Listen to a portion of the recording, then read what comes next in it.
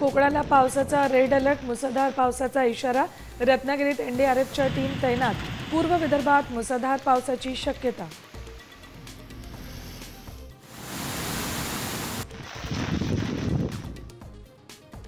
सांगलीत पावसाचा जोर पुन्हा वाढला। आठवडी बाजाराला फटका। बाजारपेठेत पाणी शिरल्यानं व्यापाऱ्यांची दाणादाण।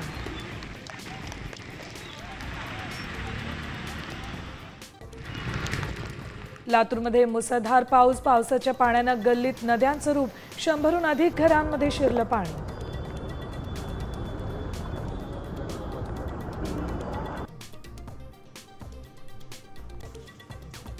राज्यात अनेक भागात पूरस्थिती। नगरच्या खडकीच्या नदीमध्ये अडकलेल्या 5 जणांची सुटका, तर जालन्यात पुरात वाहून जाणाऱ्या तरुणाला वाचवण्यात यश।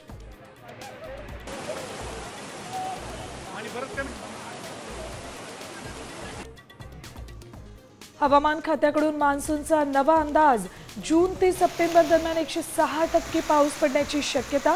मध्य प्रदेश, छत्तीसगड, महाराष्ट्रावर जास्त परिणाम।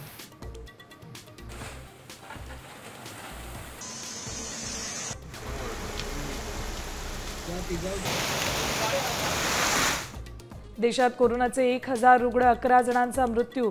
महाराष्ट्रात 435 सक्रिय रुग्णांची नोंद। काळजी घेण्याचं प्रशासनाचं आवाहन।